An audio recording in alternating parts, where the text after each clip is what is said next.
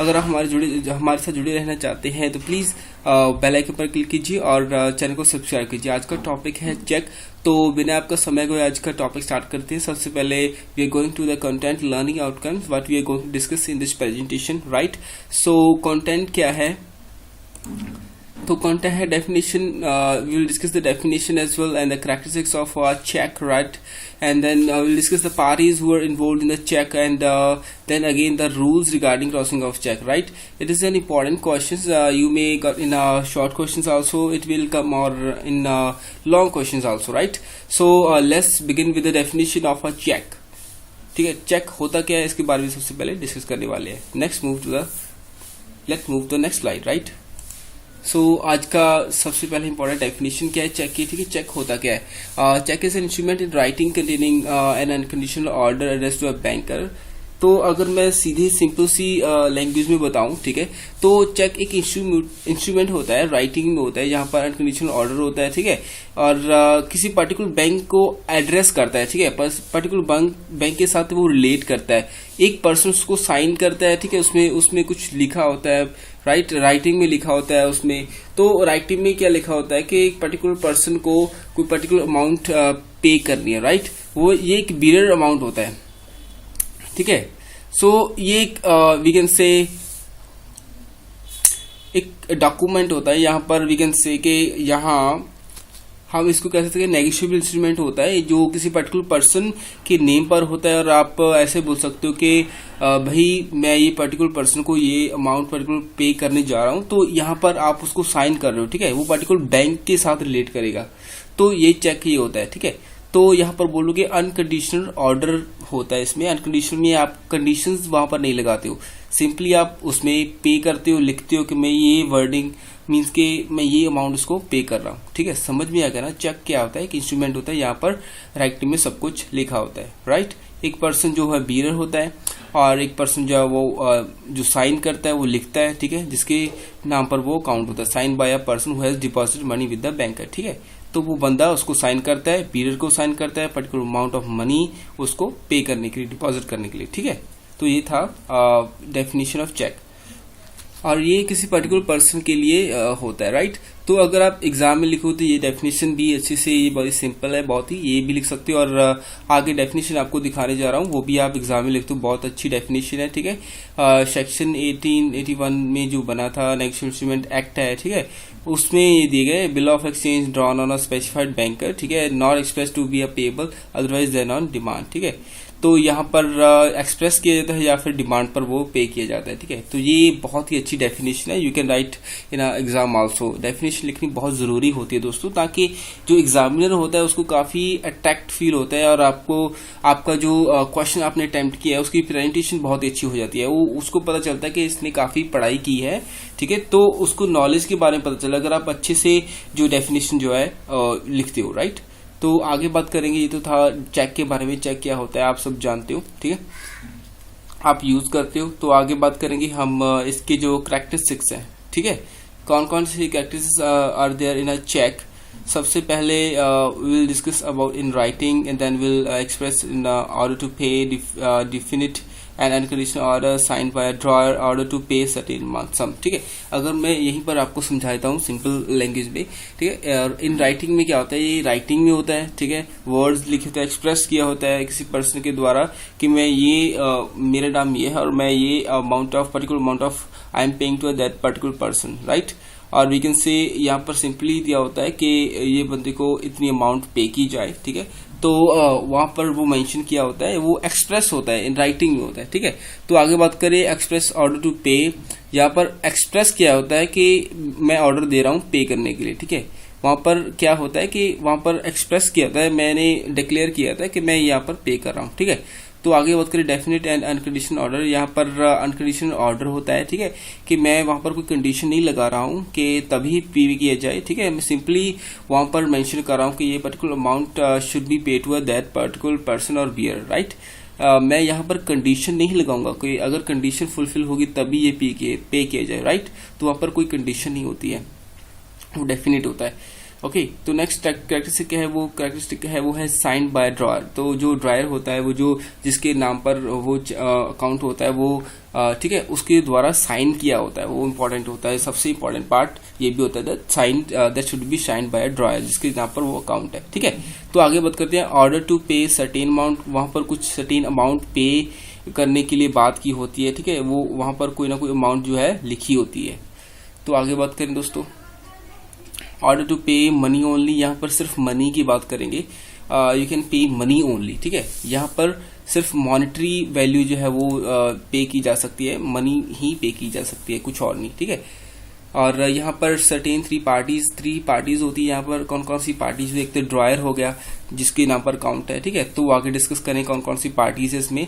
और drawn upon a specified banker, किसी particular जो बैंकर के साथ वो रिलेट करता है। ठीक है, और तो मतलब कि उसकी डायरेक्शन लिखी होती है कि चेक कहाँ पर पे करने को ऑर्डर किया गया है। ठीक है, कहाँ पर आपको पे करना है।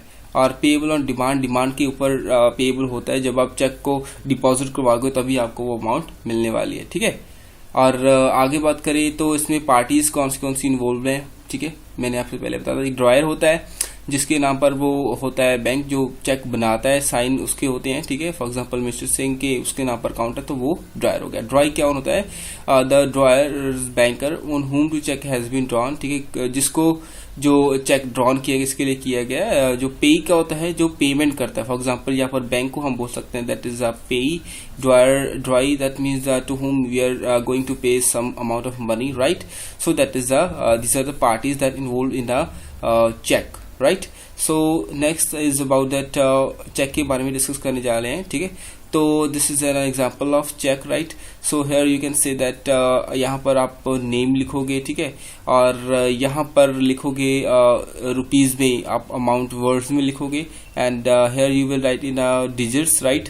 सो यहाँ पर अकाउंट नंबर होगा और यहाँ पर आप सिग्नेचर्स करोगे अपने। ठीक है, तो ये जो होता है that is a check number. ठीक है, ये अलग अलग जो है कॉम्पोजिट होता है, अलग अलग थिंग्स का कॉम्पोजिट है, जैसे कि ब्रांच नेम हो सकता है, अकाउंट नंबर इसमें मेंशन हो सकता है। ठीक है, ये चीजों का कॉम्पोजिट होता है। ठीक है, बहुत सारी चीजों का कॉम्पोजिट होता है जो चेक नंबर होता है। ठीक है, तो ये था एक चेक जो हम सिंपली देखते हैं। बहुत सारे जो बैंक्स होते हैं, ठीक है, उनकी अलग अलग फॉर्मेट होते हैं। ठीक है, तो यहाँ पर आप डेट मंथ मेंशन करते हो। तो एक इम्पॉर्टेंट बात ये है कि भाई इसकी जो है एक्सपायरी डेट होती है, राइट, वैलिड होता है पर्टिकुलर अमाउंट ऑफ टाइम के लिए, 3 मंथ्स के लिए होता है फॉर एग्जांपल। ठीक है, तो वहां पर अगर आप if you deposit within 3 months at the check will accepted, otherwise it will bounce, right. अगर आप एक्सपायरी डेट के बाद करवाते हो तो वो बाउंस हो जाता है। ठीक है, तो आगे बात करें दोस्तों rules regarding crossing of check. Crossing of check is an important part, right.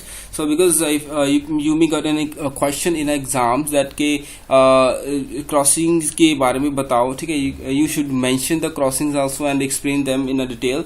So long question में भी आ सकता है और शॉर्ट क्वेश्चन में भी आ सकता है कि टाइप्स ऑफ क्रॉसिंग्स के बारे में बताओ। ठीक है, तो let's start with the definition that what is the crossing of check. ठीक है, crossing of check is why crossing of check means drawing two parallel lines across the face of the check. Thus, a crossing is necessary in order to have safety. ये safety के लिए बहुत ही important होता है। ठीक है, safety के लिए क्यों important है, ताकि इसका चेक का जो मिसयूज ना हो सके। ठीक है, तो वो स्पेसिफाई करने के लिए होता है ताकि मिसयूज जो है चेक का ना हो सके। ठीक है, तो what are the types of crossings in a check that we will discuss in the next slide. Let's move to next slide. There are 3 types of crossings, right? General crossing, special crossing, and restrictive crossing, right? So we will discuss one by one, right? Next slide पर चलते हैं।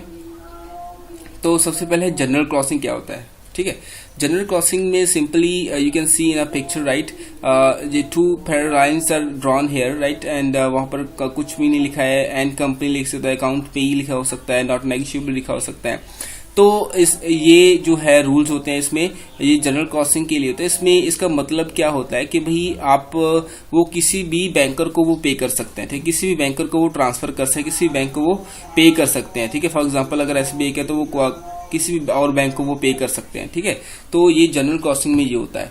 ठीक है, ये जो parallel lines होती हैं यहाँ पर ये चीजें लिखी होती है, ये वर्ड्स लिखे होते हैं। ये था general crossing. Next move to the special crossing, right. Special crossing में कहते हैं name of the banker with और without the words not negotiable और written in the cheque such a cheque is cross specially to that banker. ठीक है, for example here mention that के particular bank का जो नेम होता है वो पर्टिकुलर बैंक में ही डिपॉजिट होगा। ठीक है, किसी और बैंक में डिपॉजिट नहीं होगा। दे विल नॉट, जैसे मैंने पहले बताया था, they will not transfer the amount to any other banker. ठीक है, वो आपको कहीं पर नहीं कर सकते। जैसे कि जनरल में बताया था कि वो किसी और बैंक को भी कर सकते हैं, but in special crossing they will not transfer your funds in any two any banker. ठीक है, वहां पर वो स्पेशल क्रॉसिंग होता है कि पर्टिकुलर बैंक को ही पर्टिकुलर बैंक में ही आपका जो है चेक वहां पर आपको वहां पर कैश उसको मिलेगा, किसी और बैंक में वो ट्रांसफर नहीं किया जाएगा। ठीक है, तो ये था स्पेशल क्रॉसिंग के बारे में। तो आगे है रिस्ट्रिक्टिव क्रॉसिंग, राइट। तो रिस्ट्रिक्टिव क्रॉसिंग में सिंपली अगर मैं आप सिंपल पैरेलल्स में बता दूं तो रिस्ट्रिक्टिव क्रॉसिंग में क्या होता है कि ये सिर्फ पेई के अकाउंट में ही अमाउंट जाएगा। ठीक है, तो फॉर एग्जांपल कि मेरे नाम पर बैंक अकाउंट है, तो अगर मैं इस रिस्ट्रिक्टिव क्रॉसिंग वाला चेक यूज कर रहा हूं, ठीक है, तो वो जो अमाउंट पे की जा रही है वो सिर्फ मेरे अकाउंट में जाएगी, किसी और के अकाउंट में नहीं जाएगी। ठीक है, that is the type of crossing has been recognized by usage and custom of trade in a restricted crossing. The words account payee or account payee only are added to a general or special crossing. ठीक है, तो वहां पर उसको special crossing बोला जाता है, because restrictive crossing इसलिए बोला जाता है because that the amount is not pay to any other account except the payee, right. So वहां पर उसको जो है उसके अकाउंट में ही जाएगा। ठीक है दोस्तों, तो ये तो था we discuss that some of the things we discussed that definition, characteristics and parties involved and rules regarding the check. ठीक है, so I hope कि आपको वीडियो अच्छा लगा होगा, आपको समझ में आया होगा। तो प्लीज कमेंट बॉक्स में जरूर बताइए कि आपको वीडियो कैसा लगा, और अगर आपको कुछ और नॉलेज भी है इसके बारे में तो प्लीज वो भी हमें बताइए, और प्लीज हमारे साथ जुड़े रहिए ताकि हम आपको अच्छे से मैनेजमेंट की जो वीडियोस है, नॉलेजेबल वीडियोस है, आपको आप तक पहुंचा सके।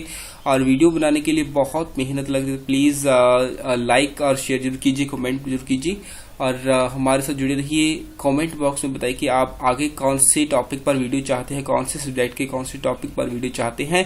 तो हमारे साथ जुड़े रहने के लिए, इतना प्यार देने के लिए बहुत बहुत थैंक यू, बहुत बहुत धन्यवाद।